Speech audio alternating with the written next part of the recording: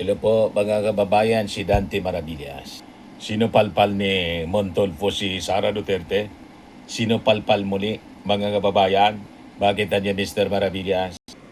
Ito kasi yung sabi ni Sara noong June 23. This tragedy also exposes the failure of the government to recognize the importance of intelligence gathering and identifying threats before lives are lost. Yung nangyaring pamamaril, mga kababayan, ng dalawang kabataan, doon mga kababayan sa San Jose National High School, na nag-result sa pagkakamatay ng tatlong kabataan sa Tacloban City. Ayun, dumaldal na naman po si Sara.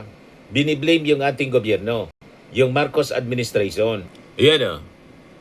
Kaya sabi ni Montolfo, napakabobo na naman itong si BP Sara. Anong kinalaman ng intelligence gathering sa krimen na naganap sa isang paaralan? Columnist Ramon Tulfo criticized Vice President Sara Duterte over her statement linking the deadly school shooting in Tacloban City to what she described as the government's failure in intelligence gathering and threat identification. Sa kanyang social media post, Tulfo questioned the Vice President's remarks, arguing that intelligence operations had no direct connection to a crime committed inside a school. He also urged Duterte to be more careful with her statement, adding, bago naman bumitaw ng salita, dapat isipin niya muna ang kanyang sasabihin.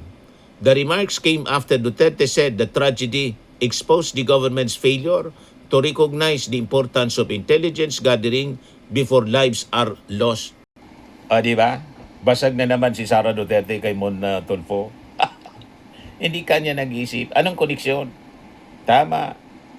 May koneksyon mga kababayan. Yung impluensya ng kanyang mga pinagsasabi sa ating mga kabataan, pati ng kanyang tatay, namana, natingala yung masamang pag-ugali. Namana yung culture of death, culture of hate, culture of violence mula sa kanila mismo na mag-ama. Kaya kung titingnan natin, si Sara Duterte mismo ang may pinakang may sala sa pagguho ng moralidad ng ating bansa. Ang kanyang mga marahas na retorika, pagbabanta ng assassination, direkta mga kababayan na pagpapakita ng kultura ng dahas, pati yung pakikipagsabuatan na sabi niya may kinontrata na niya kung papatay. Imagine that. Yan mismo yung sinasabi ng dalawang kabataan nag-uusap-usap kung paano sila re-respect doon sa mga sabing ng bully sa kanila. You see? So ito nagbunga ngayon ng trahedya sa mga paaralan tulad na nangyari po sa Tacloban. So makikita natin ang koneksyon ng mga salita ni Sara Duterte sa nangyari pong marahas na shooting incident dito sa Tacloban City. Ang DDS, culture at brand ng takot.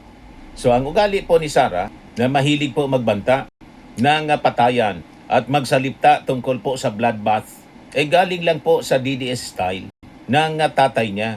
So ano yung binibigay na mensahe nito sa ating lipunan? Na ayos lang po gumamit ng dahas para makuha ang gusto mo. So nandyan yung epekto sa ating mga kabataan at normalisasyon sa paggamit ng baril. Kapag ang isang mataas na opisyal mga kababayan ay normal na kung magsalita tungkol sa pagpatay, nawawala na rin po ng takot yung ating mga kabataan. So ang nangyaring pamamaril mga kababayan doon sa Tacloban City, kung saan ang isang minor de edad gumamit ng baril, resulta po siya ng lipunan na nasanay sa balita ng patayan at paggamit ng dahas ng armas. Tapos nandyan pa yung kanyang paninisi. Imbes mga kababayan na mag-isip ng solusyon. So bilang pong dating kalihim ng DepEd, dapat sana modelo siya ng kapayapaan sa mga estudyante.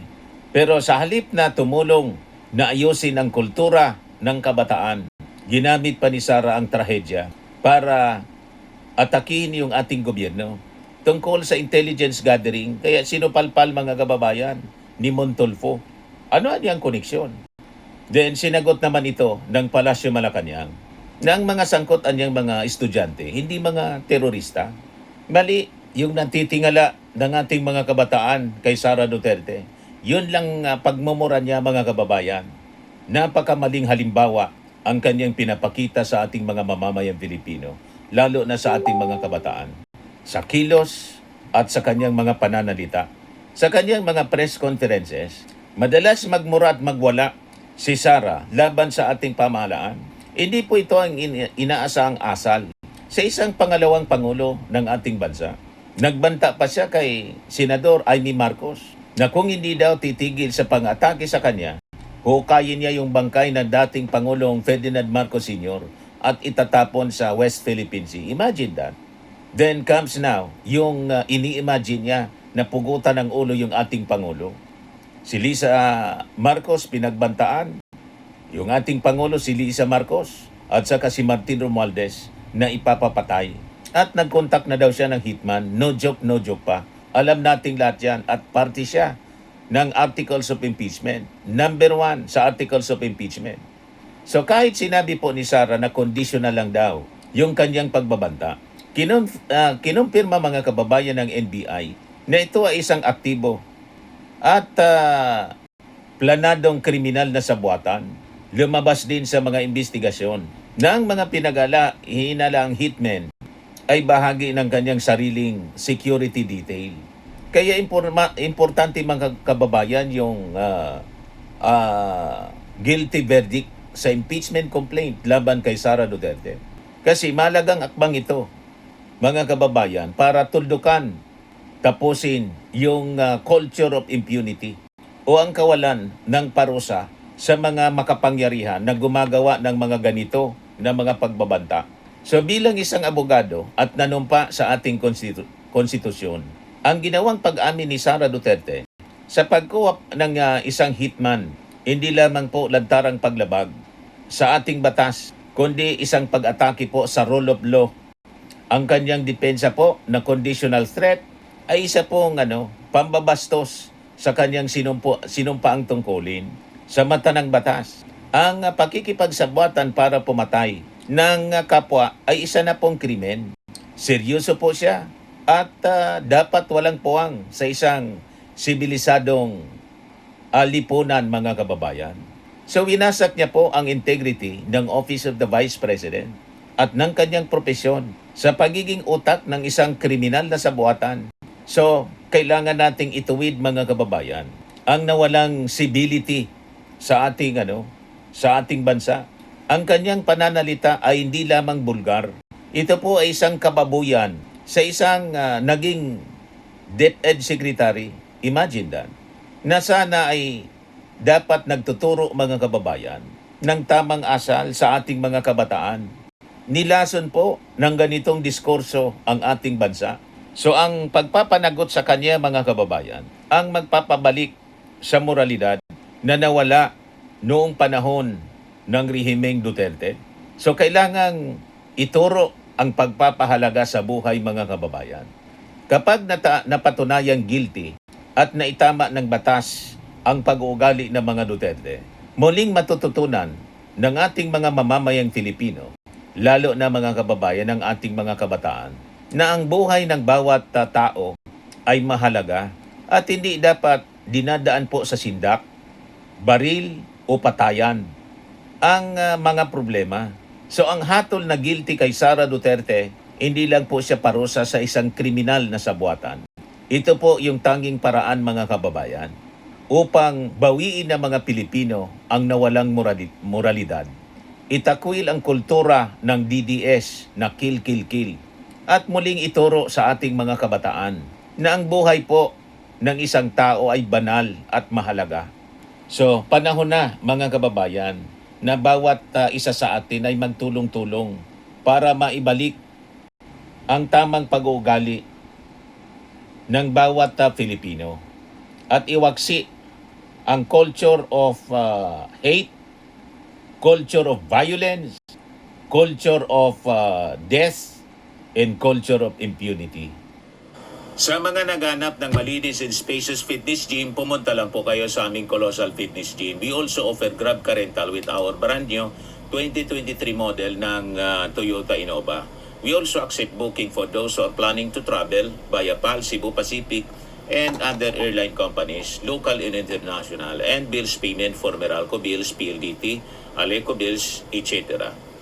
Ang Colossal Fitness Gym is located at 3rd floor Security Bank Building, Landco Business Park, Legazpi City, Albay. For inquiries, look for Chilon Maravillas. Contact number 0966-802-0949. Yan yung aming Innova. Lagi na pong matao sa amin. Pati mga foreigners po, tingnan ninyo. Mga British tourists sila. Ang lalaki ng katawan na, mga kababayan, nag-gym sa amin. Ito naman po, Indian National. Ito mga mga European sila. Ito naman yung bago naming product na binibenta online, iGlow Serum. Whitening po siya galing sa South Korea. Tingnan ninyo yung epekto sa aking anak na architect entrepreneur, Riz Maravillas. For inquiries, look for Riz Maravillas on FB. Ito naman po, Firmax Firming and Lifting Cream, pinapahid sa mga pulses in other affected area.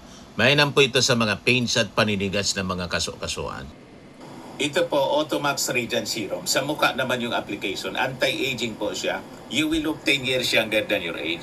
Ito naman po yung bagong product naming binebenta online. I am Worldwide Amazing Pure Organic Barley Powdered Drink Mix from Australia. Mainam po ito sa mga cancer patients tulad nito po ni Yuli Tan, isang ovarian cancer survivor. Sabi niya, barley did not just save my life, it gave me a new life. In 2019, Yuli faced the fight of her life. Through surgery and harsh chemotherapy, I am Worldwide Amazing Pure Organic Barley became her source of strength. It boosted her immune system when she needed it most and gave her the energy to keep going. 100% organic siya, immune system booster, trusted by survivors. For your inquiries and orders, dumiretso na lang kayo sa aking anak na architect entrepreneur, Riz Maravillas. Sa mga mahilig naman po sa mga imported bags and wallets, dumiretso na lang kayo kay Ma'am Eileen Rosales, Eileen Closet, naka-base siya po sa Amerika.